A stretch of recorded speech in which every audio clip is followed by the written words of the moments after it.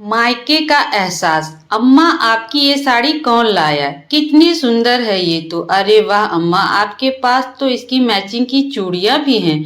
अम्मा देखो, जब हम बड़े हो जाएंगे और हमें लड़के वाले देखने आएंगे तब हमें तो आपकी यही साड़ी पहनकर उनके सामने जाना है। देखना, झट से हमें पसंद कर लेंगे। आपकी 11 साल की बेटी जूही के मुंह से ये सुनकर सुनीता के चेहरे पर एक प्यारी सी मुस्कान आ गई।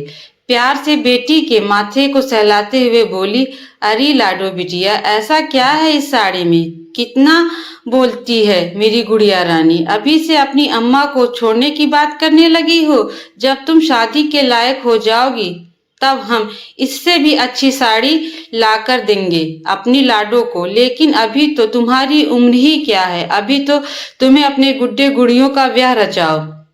नन्ही सी जूही माँ की बात को पूरी तरह से तो नहीं समझ पाई, लेकिन माँ की वो गुलाबी रंग की बंदेज की साड़ी उसे इतनी छोटी उम्र में ही इतनी भा गई कि जब भी माँ अलमारी खोलती, जूही झट से उस साड़ी को निकालकर जैसे तैसे पहनने की कोशिश जरूर करती।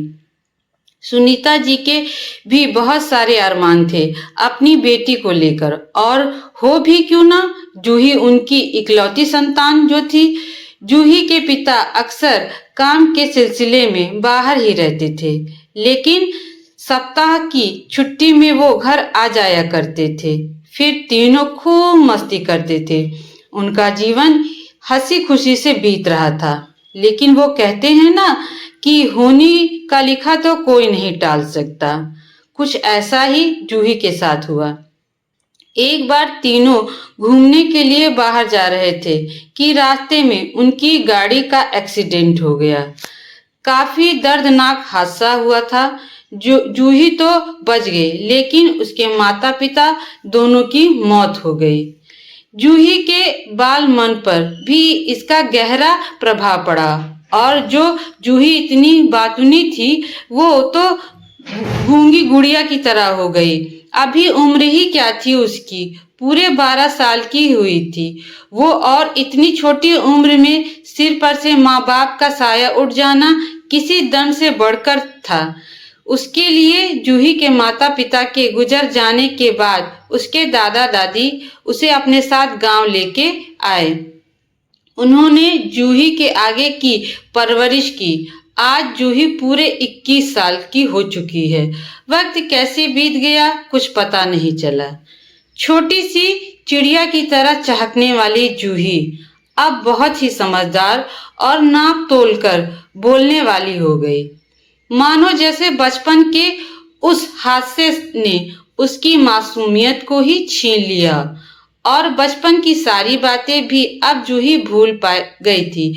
जूही की दादी भी उम्र हो चली थी। वो तो बस इतना ही चाहती थी कि किसी अच्छे लड़के से वो अपनी पोती की शादी करा दे, और एक अच्छा परिवार देखकर उन्होंने जूही की शादी करा दी। विदाई के वक्त उन्होंने जूही को काफी सामान दिया और साथ में दी उसकी माँ की सुंदर, लेकिन जूही ने कभी उस संदूक को ससुराल में नहीं खोला। दिन बीतते चले गए। एक दिन जूही की दादी भी चल बसी, और अब तो जूही ने अपने परिवार में रच बस गई थी। आज उसके घर में बहुत खुश थे क्योंकि जूही ने एक बेटे को जन्म दिया। लेकिन जब रस्मों रिवाज निभाने का वक्त आया तो जूही की सास ने कहा, जूही के पीहर में तो कोई नहीं है। माँ बाप तो बचपन में ही गुजर गए थे इसके, और अब दादी भी चल बसी। फिर उसके पीहर का नेक कौन लाएगा? इस बात को सुनकर जूही को बहुत दुख हुआ। जो दर्द आज तक सीने में दबा कर रखा था, मानो किसी ने उसके इन घावों को फिर से कुरेद दिया था। उसकी आंखों से आंसू टपक पड़े। लेकिन जूही के पति राकेश ने अपनी माँ से कहा कि माँ, कोई बात नहीं है, अगर जूही के पीहर का नेक नहीं आया तो हम अपनी तरफ से सामान खरीद लेंगे। लेकिन राकेश की माँ जो पुराने ख्यालात की थी, उन्होंने कहा, बड़े बूढ़ों ने कुछ रिवाज सोचकर ही बनाए हैं, हम उन्हें बदल तो नहीं सकते। और वैसे भी रिवाज के मुताबिक पीहर से लाए हुए कपड़े पहनकर ही पूजा में बैठते हैं। अब राकेश माँ के आगे ज्यादा कुछ नहीं बोल पाया।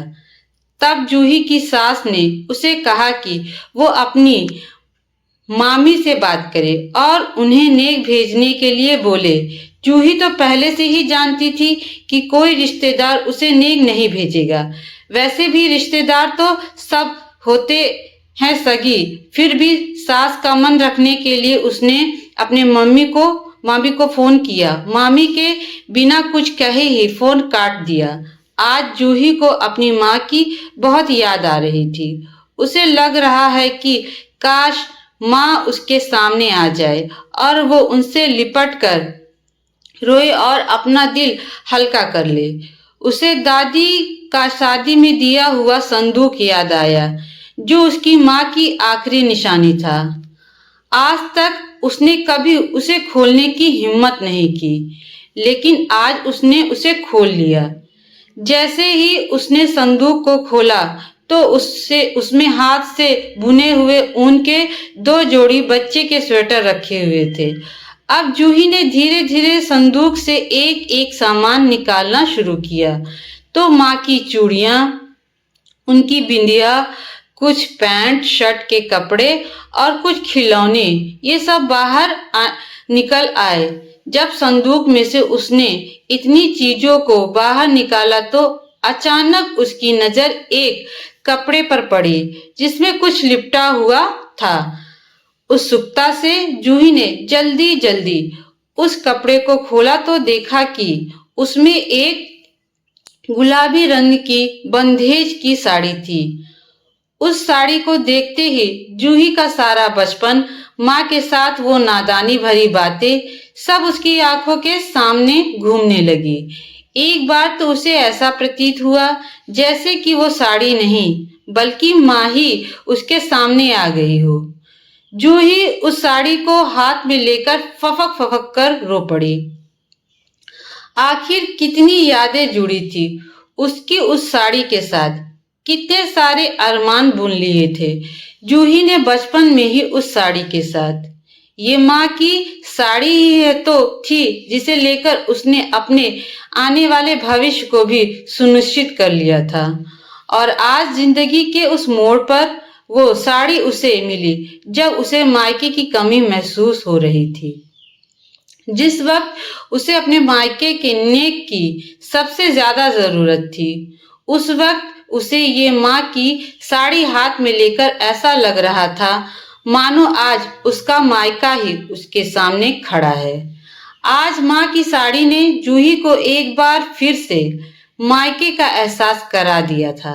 शादी से पहले तो वो माँ की साड़ी पहनकर लड़के वालों के सामने नहीं जा पाई, लेकिन आज शादी के बाद अपने बेटे के लिए की जा रही पहली पूजा में उसने माँ की वो साड़ी पहनकर सबके मुंह में को बंद कर दिया कि उसके मायके से कोई नेक नहीं आएगा।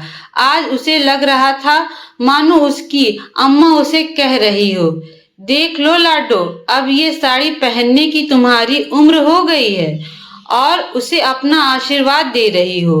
माँ की उस गुलाबी साड़ी ने उसे उसके मायके से फिर मिलवा दिया था और मायके का ये एहसास ही काफी था जूही के लिए, जो शायद किसी और के भेजे हुए नेक से उसे कभी नहीं मिलता। जो आत्मीयता और प्यार माँ की उस गुलाबी साड़ी से जूही को मिला था। दोस्तों, ये बात बिल्कुल सच है कि बेटियां माँ की परछाई होती हैं और बचपन से ही उन्हें अपनी माँ की तरह दिखने का शौक होता है। इसलिए छोटी उम्र से ही वो माँ की हर चीज से अपना जुड़ाव महसूस करती हैं। जब तक मायके में माँ होती है, बेटी हर चीज पर अपना हक जताती है, लेकिन माँ के चले जाने के बाद बेटी कब समझदार बन जाती है, ये बात तो वो खुद भी नहीं जानती।